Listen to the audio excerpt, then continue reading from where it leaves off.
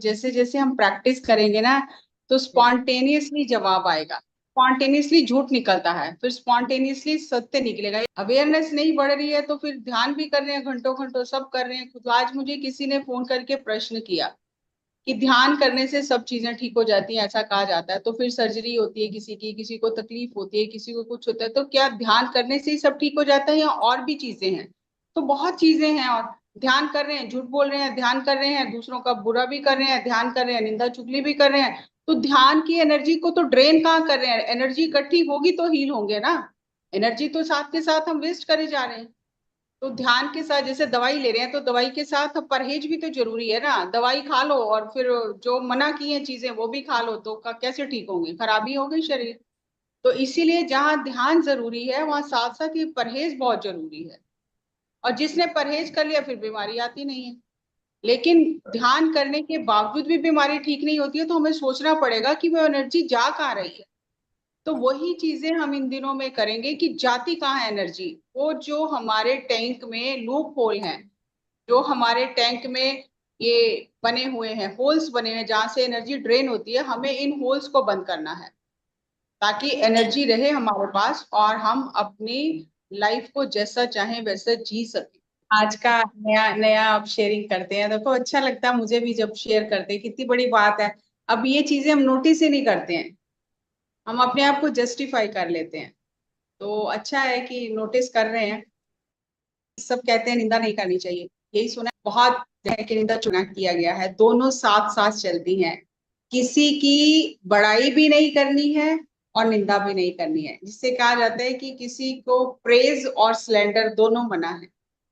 Praise कैसे मना है कि ये एक ही सिक्के के दो पहलू हैं। किसी की हम निंदा करते हैं, किसी की हम बड़ाई करते हैं, उस्तत करते हैं, उसको बड़ा बड़ा शो करते हैं, उसके बारे में अच्छा बोलते हैं, अपना काम निकलवाने के लिए। कह रहे हैं ना कि काम जब होता है तो गधे को भी वो बनाना पड़ता है बाप। ये हमारी कहावत चली हुई है।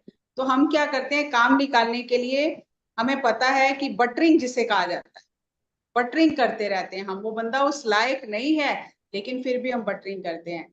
जैसे और बहुत आदत पड़ चुकी है हमें। अगर आप अब इस चीज को ऐड करोगे, नोटिस करोगे, निंदा तो सबको मालूम है, लेकिन हम अननेसेसरली जो प्रेज करते हैं, जो हम फील नहीं कर रहे हैं, लेकिन अब कुछ कहना है तो हम कह देते हैं कि अरे ये तो बहुत अच्छा लग रहा है, आप तो बहुत अच्छे लग रहे हो, आपकी ड्रेस बहुत अच्छी लग रही है। या मेरे साथ ऐसा बहुत बार होता है, अब आपको शायद हंसी आएगी कि जैसे सेशन लिया, अब चार लोग बोलेंगे बहुत अच्छा लग रहा है और पांचवे से पूछेंगे, वो भी कहेंगे नहीं मैडम बहुत बढ़िया सेशन था, जबकि आपको अंदर से नहीं लग रहा बढ़िया, आपको कुछ समझ ही नहीं आई, आपको शायद वो मेरे विचारों के साथ आपकी सहमति भी नहीं है। आप सब बोल रहे हैं तो बोलना ही पड़ेगा। तो ओ मैडम क्या ध्यान हुआ, क्या आनंद आया। तो वो आपकी आत्मा को पता है कि आपको कोई आनंद नहीं आया, आपको कोई मजा नहीं आया, आपको कुछ समझ नहीं आया, और आप सिर्फ दिखाने के लिए बोल रहे हो कि वाह बहुत अच्छा लगा। और इससे बहुत बड़ा गुनाह कहा जाता है। मैं भी ये सुन के पढ़ के हैरान हो गई थी कि अगर आप किसी की बिना वजह तारीफ करते हो, वो उस तारीफ के लायक नहीं है, और अगर लायक है भी तो आप बार बार उसके मुंह पे उसकी तारीफ करते हो, तो आप उसे गुरु से दूर करने का कारण बनते हो। क्योंकि बार बार तारीफ सुन सुन के, बार बार तारीफ सुन सुन के उस बंदे के मन में अहंकार आएगा, और धीरे धीरे वो अपने रास्ते से भटक जाएगा, और आपने उसे गिराने में उसका आप साधन बने। क्योंकि हमें आदत है कि हम बहुत पीछे लग जाते हैं और बड़ाई करनी शुरू कर देते हैं, हम उसकी तारीफों के पुल बांधने शुरू कर देते हैं, अरे सीनियर मास्टर, अरे इतने सालों से इतना प्रचार किया, इतना किया। तो अब इंसान तो इंसान है ना। अब जब 50 लोग 10 लोग ऐसा बोलेंगे, तो कहीं ना कहीं वो आपके अंदर वो अहंकार बनना शुरू हो जाता है। आपकी तारीफ की वजह से कोई गिर गया तो उसमें आपकी पूरी भागीदारी है, वो भी गुनाह है। तो जहां निंदा नहीं करनी है वहां बेवजह तारीफ भी नहीं करनी। वाक्य में ही अगर आपको अच्छा लगा है तो बोलिए हाँ अच्छा लगा, नहीं अच्छा लगा चुप रहिए, जरूरी थोड़ी है बोलना। और अगर आपको तारीफ करनी है तो आप तारीफ करिए कि आपके ऊपर गुरु की कितनी कृपा है, कितना आपको वो ज्ञान दे रहे हैं, कितनी आपको वो समझ दे रहे हैं। तो गुरु की तारीफ करनी है, गुरु को आगे रखना है, व्यक्ति को आगे नहीं रखना। अभी व्यक्ति कहाँ से ला रहा है, मान लो आप मुझे कहो तो मैं कहाँ से ला रही हूँ? मैं गुरुओं का ज्ञान, पत्री जी का ज्ञान आपके साथ शेयर कर रही हूँ, मेरा तो है ही नहीं, मेरी कोई इसमें प्रतिभा नहीं है मेरी, ये तो पीछे से मिला, मैंने आगे फॉरवर्ड कर दिया, मेरा कुछ नहीं है इसमें, ना कोई मेरी प्रतिभा है, ना कोई मेरी इसमें कोई मेरा टैलेंट नहीं है, इसमें कोई मेरा कोई साधना भी नहीं है मेरी कि मैंने अपनी साधना से बहुत कर करके ये निकाला है, नहीं। मैंने गुरुओं का ज्ञान जो मुझे मिला, जो मुझे समझ आया, मैंने आप तक पहुंचाने का मैं माध्यम बनी, और कुछ नहीं है। अगर आपको तारीफ करनी है तो आप गुरु की तारीफ करिए कि आपके गुरु ने आप पर बहुत कृपा की है, आप पर गुरुओं का आशीर्वाद है, तो उस बंदे को, उसका भी ध्यान गुरु की तरफ जाएगा, आपका भी ध्यान गुरु की तरफ जाएगा।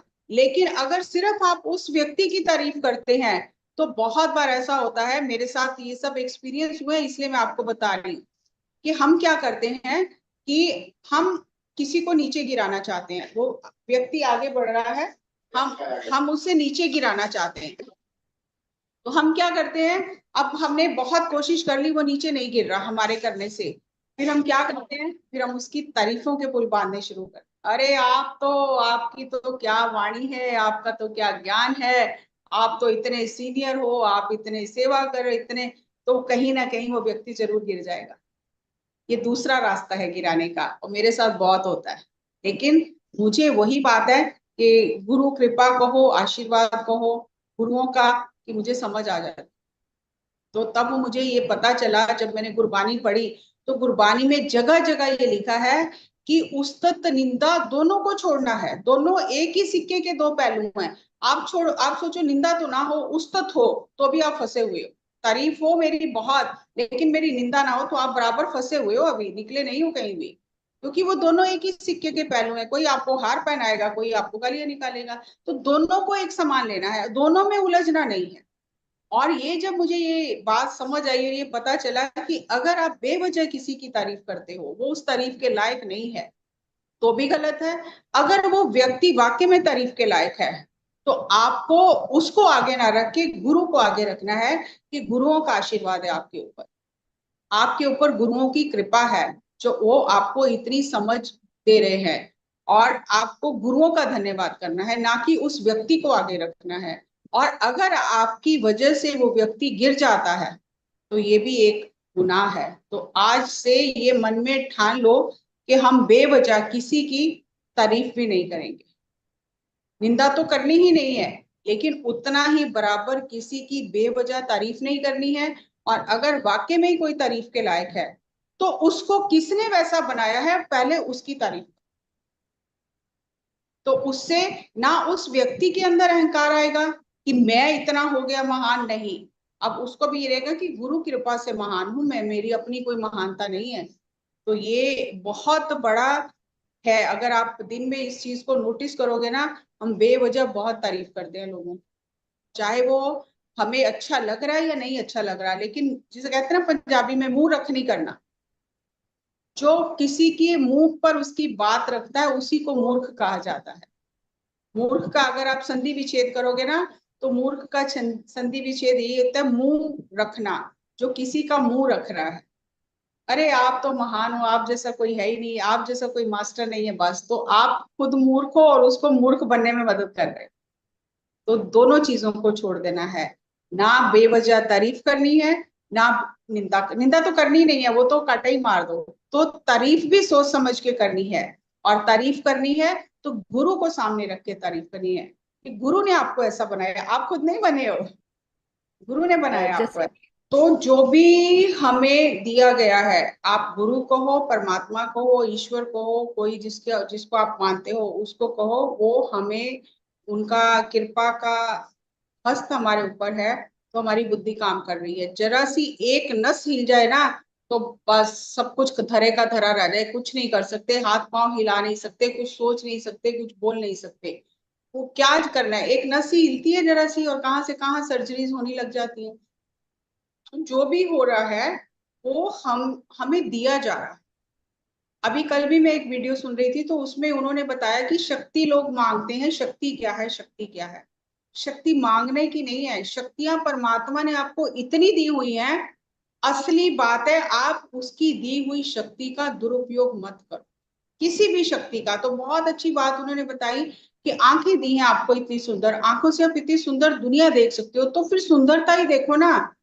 फिर आप आंखों में वासना लेकर दूसरे की सौंदर्य को देख रहे हो कि ये मुझे मिल जाए, तो ये शक्ति का दुरुपयोग है, आंखों की शक्ति का। आपको जीवा दी है बात करने के लिए, और आप अगर अपशब्द बोलते हो, किसी का दिल दुखाते हो, तो आप इस शक्ति का दुरुपयोग कर रहे हो। हमें लगता है कुंडली शक्ति जागे वही शक्ति है।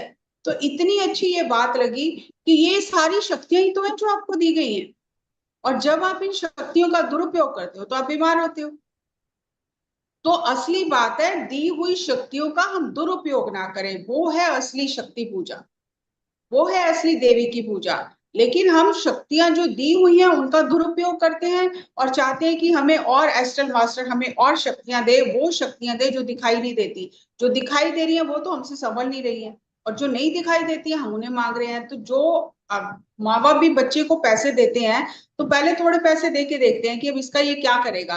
लेकिन वो बार बार नुकसान ही किए जा रहा है, तो फिर उसे लाखों रुपए तो नहीं दिया जा सकता ना। लेकिन अगर वो कमाई करके ला रहा है, उसमें से बचत कर रहा है, इन्वेस्ट कर रहा है, और काम को आगे बढ़ा रहा है, तो माँ बाप खुश होकर और रुपए देंगे। अब जो ईश्वर ने हमें शक्तियां दी ही हुई हैं, हम उन्हीं का दुरुपयोग किए जा रहे हैं, और हम और शक्तियां मांग रहे हैं। अब आप एक छोटी सी बात आप देखो कि आपकी आंख खुलती है, आपकी आंख बंद होती है, इसमें आपको कोई मेहनत लगती है? नहीं लगती है। लेकिन ऐसे लोग हैं, मैंने अपनी जिंदगी में देखा, जिनकी आंख बंद ही नहीं होती, और कितना डॉक्टर उनका इलाज कर चुके हैं। तो उन्होंने कहा कि अगर स्टिचेस लगा दिए गए तो हमेशा के लिए बंद हो जाएगा, तो और ज्यादा नुकसान होगा। और एक ऐसे व्यक्ति से मैं मिली जिसकी आंख खुलती ही नहीं है, पलक ऊपर होती ही नहीं है। तो एक जगह पर मैंने ये पढ़ा कथा में कि हमें ये शक्ति शक्ति लगती ही नहीं है। आंख बंद होना, आंख खुलना अपने आप में इतनी बड़ी शक्ति है। जिनसे नहीं होती है, जिनकी, उनसे पूछ के देख। पलकें हमारे एक विचार, हमें आंखें खोलनी है तो पलकें उठ जाती हैं, हमें आंखें बंद करनी है पलकें झुक जाती हैं। तो कितनी बड़ी शक्ति है। और अगर ये कुदरती तरीके से ना हो तो कोई डॉक्टर इसको कर नहीं सकता। तो हम अपनी जो हमें शक्तियां परमात्मा ने दी हुई हैं, पहले तो उनको संभाल कर उनका सही उपयोग करें ना, तो दूसरी शक्तियों की तो बात बाद में आती है।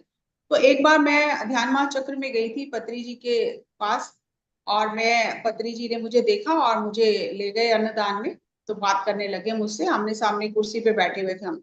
अब मैंने जैसे ही पत्री जी ने मुझसे बात करनी शुरू की, तो कुछ मास्टर वहां पे, क्योंकि सब खाना खाने आ रहे थे, तो 5-6 मास्टर है, उन्होंने देखा कि जैसी मैडम बैठी हैं, तो ये नहीं देखा कि मैं अकेली नहीं बैठी हूँ, मैं पत्री जी से बात कर रही हूँ, दिख रहा है उन्हें।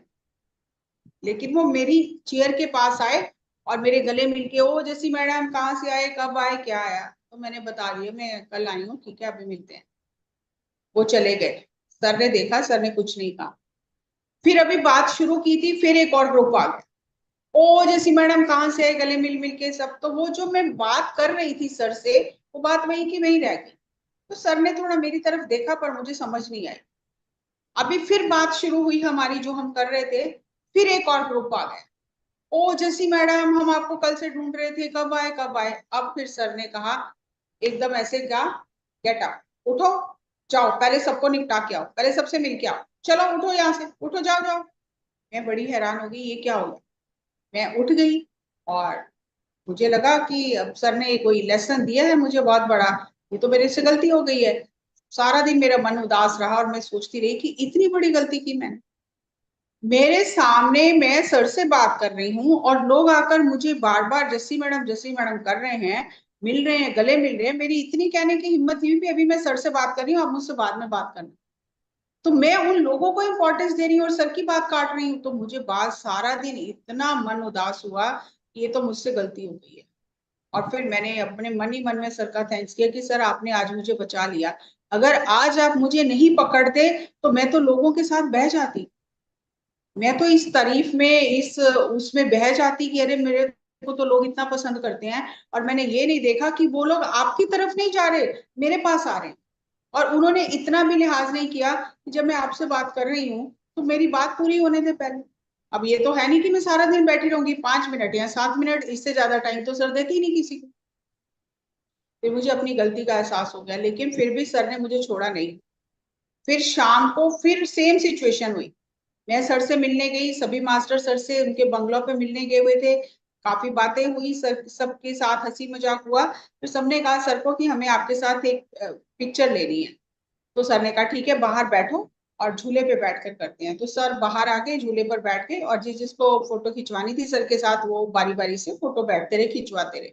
अब जब कुछ लोगों की सर के साथ पिक्चर हो चुकी थी, उन लोगों ने मुझे पकड़ लिया और मुझे एक तरफ ले गए और कहने लगे जैसी मैडम आपके साथ ग्रुप फोटो खिंचवानी है, एक यादगार रहेगी।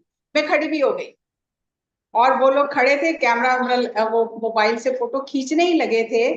तो सर उस तरफ थे, तो सर ने ऐसे करके मुड़ के मेरी तरफ देखा। अभी समझ नहीं आई, फिर एक ग्रुप बना लिया अपना। मैं तो फोटो वोटो नहीं खिंचवाई, ऐसा सर की आंख में देखा मैंने, मैंने अपना माथा पकड़ लिया कि सुबह की बात फिर मुझे वही बात मैंने सर के सामने रिपीट कर दी। मैंने सबको हटाया, मैंने कहा नहीं, मुझे किसी के साथ फोटो नहीं खिंचवानी, पहले सर के साथ सब फोटो खिंचवाओ। सर बैठे हैं ना, सर से बात करो, बाद में फिर हम देखेंगे। मैं यही हूं ना, मैं कहीं जा नहीं रही हूँ। मैं वहां से आ गई बिना फोटो खिंचवाए, आके सर के पास बैठ गई। समझ आ गई। फिर तीसरी बार सर ने फिर परीक्षा ली। फिर मैं सर के साथ बैठ के बात कर रही थी, और भी बहुत लोग बैठे थे। तो दो तीन लोग आए और मेरे पास आके बैठ गए, जैसी मैडम कहाँ से। मैंने कहा अभी चुपचाप सर की बात सुनो, जब मैं बाहर जाऊंगी तब मुझसे बात कर। अभी सर के पास मैं भी बैठी हूँ ना, अभी सर के पास बैठ के सर की बात सुनो। वो बात मैंने जब विभा मैडम को बताई, और मैंने दिल्ली आके इतना सोचा, सर आपने तो मुझे बचा लिया। मैं तो इन लोगों की एनर्जी में बह जाती, भूल ही जाती, मैं खुद को ही भूल जाती मैं, कि देखो लोग मुझे कितना पसंद करते हैं। आपने तो मुझे बचा लिया बहुत, मैं तो फिसल जाती बिल्कुल बुरी तरह से। तब मुझे ये समझ में आया कि ये गुरु ही बचा सकता है आपको। ये मन का कोई भरोसा नहीं है, कहाँ आपको बहा के ले जाए, कब ये उठ जाए, राजा बन जाए और आपको बहा के ले जाए कि अरे तू तो कुछ हो गई है, मैं तो कुछ हो गया हूँ, और बस गए फिर काम से, फिर गुरु छोड़ देगा। ये तो सर की आंख थी, जिसने मुझे 3 बार ऐसी सिचुएशन में डाला, मुझे बचा लिया। पहली यस। बार समझ आया, दूसरी बार फिर गलती करते करते बची, तीसरी हम्म। बार में समझ गया। हम्म। देखना नहीं है लोगों को, सुन लोगों के साथ बहना नहीं है, मुझे सामने जवाब देना है। मेरे और सर के बीच में कोई कैसे आ सकता है जब मैं उनसे बात कर रही हूँ? तो अगर कोई आ रहा है तो मेरी गलती है। तो इसीलिए बेवजह तारीफ ना करें किसी की, ना उसे गिराएं और ना अपना रास्ता खराब करें। और जितना, और जब हम किसी को इस तरह से गिराते हैं तारीफ कर करके, फिर वो भी अंदर से वो आत्मा नाराज ही होती है, खुश नहीं होती है, क्योंकि उसको पता है कि आप उसकी यात्रा लंबी कर रहे हो। मन को चाहे कुछ नहीं पता, लेकिन आत्मा को तो पता है कि आप उसकी यात्रा लंबी कर रहे हो, उसे गलत ट्रैक पे डाल रहे हो आप। इसलिए आज से आप ये अपने ध्यान में ये बात रखो कि मुझे किसी की तारीफ भी नहीं करनी है अननेसेसरली, और किसी की बुराई भी नहीं करनी है, पीठ पीछे बिल्कुल नहीं करनी। इधर की बात उधर करना, रस लेके बात, किसी की पीठ के पीछे बुराई सुनना या करना, ये सब आदतें, वो कहते हैं ना, ये बहुत सारे लोग कहते हैं ये तो औरतों की बातें हैं। ये औरतें बैठ जाती हैं जमघट लगा के, यही सब करती रहती है, इसकी उसकी करती रहती हैं।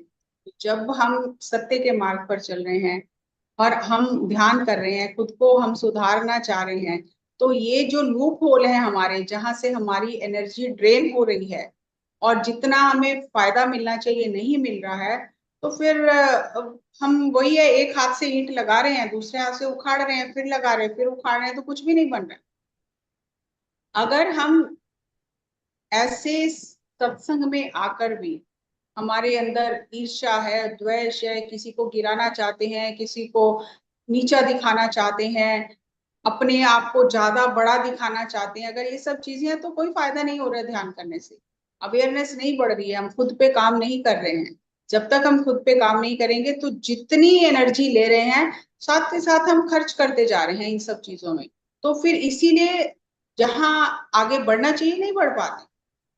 तो मुझे जो समझ में आया मैंने आपके साथ शेयर किया कि अननेसेसरली हम मुंह ना खोलें, असली बात तो यही है। सोच यस। समझ कर मुंह खोलें, और जब खोलें तो उस बात का कुछ अर्थ हो। ऐसा नहीं कि बस सब खोल रहे हैं तो हम भी खोल दें, उस बात का कुछ अर्थ हो जब हम मुंह खोलें। इसकी डांट मैं खा चुकी हूँ सर से। यही बात कृष्ण भगवान ने विषाद योग का जो अध्याय आता है उसमें अर्जुन को कही कि तुम मुझे ज्ञान की बड़ी बड़ी बातें बता रहे हो जो तुम्हें शोभा नहीं देती है, तो मुंह बंद रखो। तुम खुद रो रहे हो और मुझे बड़ी बड़ी ज्ञान की बातें सुना रहे हो। तो इसीलिए पत्री सर भी कहते थे मुंह बंद रखो, बोलो ही मत, चुप रहो, मौन रहो, वो ज्यादा बेटर है। लेकिन बेवजह व्यर्थ की बात ना करो, बेवजह मुंह नहीं खोलो, चुप रहो, मौन रहो, आपकी भी एनर्जी बचेगी, सामने वाले की भी बचेगी। और मैंने उस दिन से, जिस दिन से मुझे ये बात समझ में आई है, मैंने ये पक्का बनाया हुआ है कि मैं अननेसेसरली किसी की तारीफ नहीं करती। मुझे लगता है मैं कह देती हूँ कि यार ये बहुत सुंदर लग रही हो, या आपकी ड्रेस बहुत सुंदर है, या आपने तो क्या बात की है, कमाल की बात की है। जरूर कहना चाहिए, आपको दूसरे को अप्रिशिएट करना चाहिए, लेकिन जब आपको दिल से करना है, ऐसा नहीं कि भी बटरिंग कर रहे हैं, वो नहीं, वो गलत है। दिल से करोगे तो उसकी भी एनर्जी बढ़ेगी, आपकी भी एनर्जी बढ़ेगी। लेकिन अगर आपका भाव सही नहीं है, तो भाव से ही तो सारी चीजें चलती हैं।